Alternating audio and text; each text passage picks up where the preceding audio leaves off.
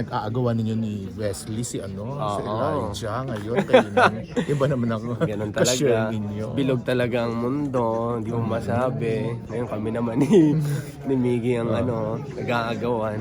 Kumusta yung kissing scene ninyo? Saglit lang. Hindi mo na lasahan. Dampi lang eh. Hindi ako sanay sa mga ganun eh. Pero kung gusto pa nilang na mas mahaba, ibang project na. Okay na yun. Hindi ka sanay sa madali lang, sa saglit lang. Daplis lang eh. Uy, ano yung mga nakat na scenes, Koy? Ang sa pagkakaalala ko, more of dun sa mga scenes na mga daring scenes, mga ganon. Talagang, Marami pa talaga. oo eh, kailangan niyo iba palitan ng mga ibang scenes na hindi napanood dun sa director's cut. Na dito ko lang napanood din. Katulad may mga lines din, may mga, hindi naman intimate scenes pero mga banters lang na kinailangan palitan. Hindi ko lang din alam kay director kung bakit kinailangan i-out. So, mas talagang shocking yung napanood mo na yung original international cut. Sabi nga ni Direk, para sa mga talagang conservative, mas yun. Talagang medyo ibang-iba din naman talaga yun, yung director's cut. Pero parang after Pac Boys, minamani mo na lang yung mga ganyan-ganyan eh. Grabe naman yung minaman eh. Actually, Maliit na lang, madali na lang after doing that. Actually, after ng Fuckboys, medyo natagal din ako bago gumawa ulit. So, nung gagawin namin to, na-excite ako ulit na gumawa ulit ng something na intimate ulit. May gagawa namin mga scenes na ganun. Pero, iba rin naman siya. Iba rin siya sa Fuckboys. Muna sa ganun. Nagkataon kasi nung after Fuckboys, medyo nag-mainstream muna ng Very Light. Kasi nagkataon ng time na yon, ang management na nag-handle sa akin sila, Direk John, Direk Percy, Idea First Company. So sabi nila medyo Nagkataon lang na liko muna.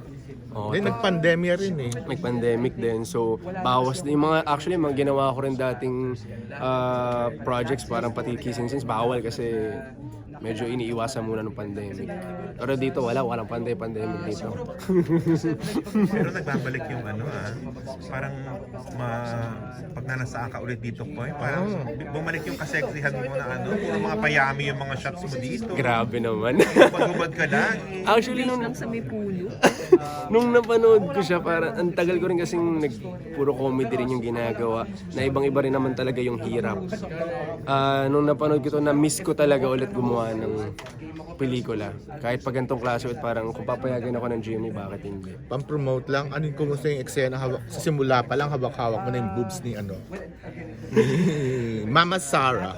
Actually, nung sinabi pa lang sa akin yun, doon ako parang medyo kinabahan. Siyempre, first time ko rin siyempre makakawak din dahil sa trabaho na ng boobs Sa ng trabaho? Sex, sabi ba, Ma? Yung yung That by Desire? Mas nauna to. Mas nauna to. 2021 pa to. At Pero saka Dennis Esteban yun, parang pero dahil nga si Sue, Ate Sue tsaka si na mother-in-law niya sa Game Boys. Oo, nanay ng baby ko dati na, 'di ba? So nakakaalam. Diyos ko, actually ngayon sinasabi ko kay Ate Sue, nanay ka ng baby ko. Ngayon nilalamas ko na yung suso. Mother-in-law mo, ganyan ba mother-in-law mo siya. Oo, wala mo ng mother. Pero siya, wala siyang kiber kahit na ginamash. Kasi mashing talaga, di ba? Wala, parang pa nagkakat niya, parang sa akin, sorry. Parang konting nga lang, wait lang. Sorry. Sensya na. Ganun lang naman. Pero to, Koy, no?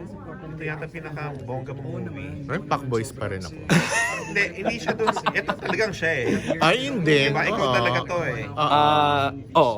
Kaya sobrang thankful ako na parang Diyos ko sa dami ng mga kaedad ko, parang pinagkatiwala sa akin ng Idea First. Di ba? Itong ganitong klaseng kalaki at ganitong material na sabi nga ni Direk John, tagal na nila kumbaga nasa isip to, college pa lang sila. Para pagkatiwala sa akin na, di ba, kahit pa paano, baguhan pa rin naman. Happy ako na nagtiwala sila sa akin. Para sa'yo daw yun, deserve mo daw yung magaling ka daw, sabi ni Direk. Anong reaction mo?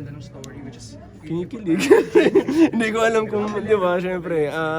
Siguro mas na lang, talagang kailangan ko rin maniwala minsan sa sarili ko kasi may mga talagang pagkakataon na may doubts pa rin ako sa kakayanan ko. Siyempre may mga bagay na parang kaya ko ba to, ganyan. Pero dahil din sa mga tao na nagtitiwala sa akin, ba't ako mag-aalangan? So ngayon, salamat kay Direk Jun. Salamat sa Idea First Company. Meron ka Ano kung klaro sa'yo ng Koy ng GMA7? Kasi parang, of course, iba ito yung, ano mas an actor, di ba? Iba rin yung ginagawa mo sa GMA, di ba? Pang mainstream. Pero ano bang, alam ba nila yung ganito klaseng movie yung gagawin? Opo, aware, nung shoot namin to GMA, Sparkle na rin naman ako. Actually, sobrang yun yung nagustuhan ko sa trabaho ko. I mean, sa ginagawa ko, nagagawa ko yung lahat ng bagay na gusto ko. Nagagawa ko mag-comedy, nagagawa ko ganitong klase gumawa ng pelikula. At kung ano man yung next sa akin para sa GMA, sa ngayon, Running Man Philippines Season 2. Ayun, nakakabalik lang namin galing Korea.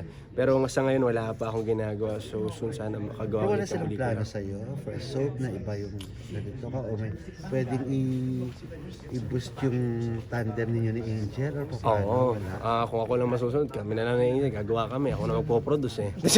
Hindi, si Angel kasi ngayon, busy rin siya sa sangre. Pagkakaalam ko, yun yung ginagawa ngayon ni Angel. Ako naman, puro bubble gang. At sa ngayon, wala pa naman. Actually, may nababanggit yung handler ko. Ayaw niya lang sigurong unahan si Boss Vic, yung manager ko, kung ano yun. Pero sana, hopefully, na magkaroon ng drama or anumang klase project ulit. Sayang din kasi okay na sana dun sa hosting niyo sa tahanan pinakamasaya. Pero anong pakiramdam mo? Ngayon, ay sabi nga nila tuloy-tuloy pa rin yung communication mo. Sobra, sa lahat ng mga nangyari, sobrang thankful naman ako may yung pamilyang nabuo. Kasi sa aalala ko, halos lahat naman doon, nakatrabaho ko rin syempre sa Bubble Gang, yung Kambal, nakakasama ko rin siya. Pero nung nangyari kasi yung ganong klaseng project, parang naging isang pamilya na parang, alam mo yun, parang hindi talaga nagtatrabaho. Kaya hanggang ngayon, tuloy-tuloy pa rin. Actually, nag-birthday si Kuya Paul nakaraan, nakita-kita kami. Willing ka bang mag-guest sa sa It's Showtime? Sa It's Showtime, kung magpo-promo siguro, bakit hindi? Ano bang saktong nararamdaman mo pakiramdam yung, ko eh? yun nga, yung kasi ang iba daw parang syempre Hirap. Actually, masakit kasi ano yun, kumbaga naging routine na yun nakasanayan na. Pero sa ngayon na masabi ko lang, life goes on. Ganun lang talaga, may mga bagay na nag-end pero may mga pintong magbubukas ulit naman, for sure. Di lang Pero yung sa- nalaman nyo yun, Showtime Yung pa rin Showtime papay ang sa inyo. pinalit sa Kamusta, inyo. anong dating sa inyo? Sa akin, ang nasa isip ko lang, history siya. Yun. Na parang never naman may makaisip na ang Showtime may papalabas sa GMA. Yun. Pero syempre, happy ako para sa mga ano rin na mas marami makakanood ng Showtime ngayon kasi sa GMA na siya ngayon. happy ka pa? Nawala Hindi, para sa Showtime na mas marami yung makakapanood sa kanila. Pero yung sa amin, syempre, ano ko, syempre, pero ganun talaga ang buhay. May naiwan ka pa bang pelikula na hindi na ipapalabas? Yung Topak. oo. Yung Topak po, ni Direk Richard Somes. Arjo. Arjo? Sasali ka doon. Ayun. Parang sa ngayon, nilalaban pa sa ibang bansa eh. Parang yun. Yun, Ito Topak. ba'y panlaban dito sa mga ibang bansa, di ba? So may pressure ba sa'yo na... Kasi kung may kalil si Elijah, ikaw meron kang ito na nanalo siya doon. Ikaw ba, may pressure ka na. Feeling mo mananalo ka rin dito, Paul? Kung na-excite lang ako, sana makasama ako sa mga film fest. Mas yun lang talaga. Kasi dahil nga rin dito sa project na to, nakapunta ako ng first ever film fest ko abroad.